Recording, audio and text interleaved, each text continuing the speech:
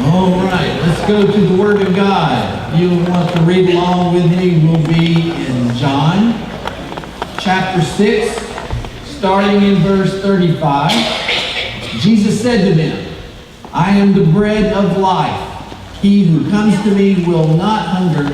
He who believes in me will never thirst.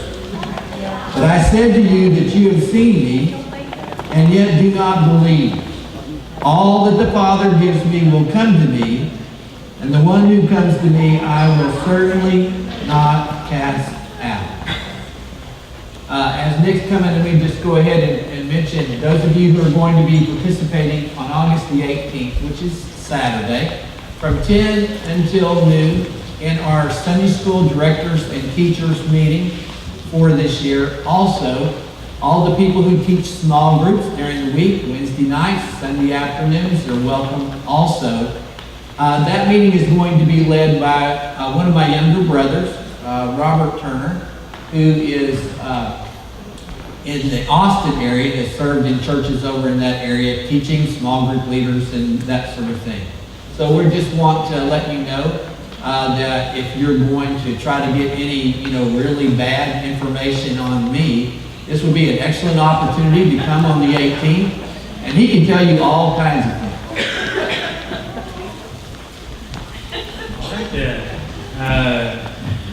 Welcome. Good morning. Good morning, everybody. Hey, so glad that you are here. Just want to remind you that if you have not grabbed the Cypress Heart, to make sure that you grab one of those so that you'll have an idea of some things that are going on. You'll see in there, we've been running this for a couple weeks, and just again want to remind you, we're in need of some nursery workers, some paid part-time nursery workers, just to work a few times every couple of weeks or so. And so if you were interested in that, and that would just allow some of our other ladies to be able to come in and worship with us from time to time, so that they're not always having to be in the nursery week after week. And so if you would be interested in that, you can call the church office and let them know. You also notice that number one today is church council, and so if you are a Sunday school department director, a committee chairman, all those things that mean that you should be a church council, that meeting is today at 4. And then to go along with that, next week, committees will meet at 4. So if you were on a committee, show up for your meeting at 4 o'clock so that you can have quorum and all that good stuff. And then following that is church conference. And so next Sunday night, church conference at 6:30, so we can know what's going on in the church, where the church is headed, and all those good things. And then Mark might want to say a little bit more about this, but I'll just go ahead and get it out there. Wednesday, August the 29th, we will be, or will not be, there's no we in that. No, we, yeah. No we. The choir will begin rehearsing for the Christmas musical.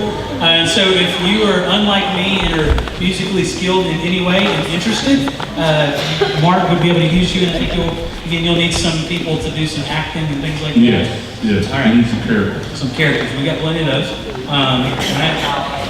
And so if you're interested in that, you can get in touch with Mark and show up on August 29th and kind of figure out how all that's going to go. And then last but definitely not least, the tear out portion of the Cypress Heart. You're going to eat with us on Wednesday night, so you'll tear that off, put it in the offering plate when it comes by.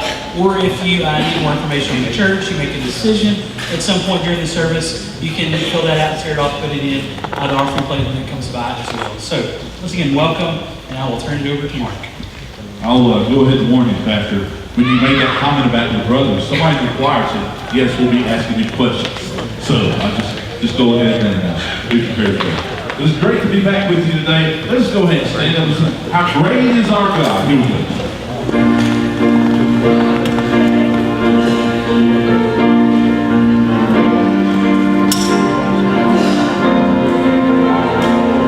The splendor of the King, full of majesty, let all the earth rejoice, all the earth rejoice.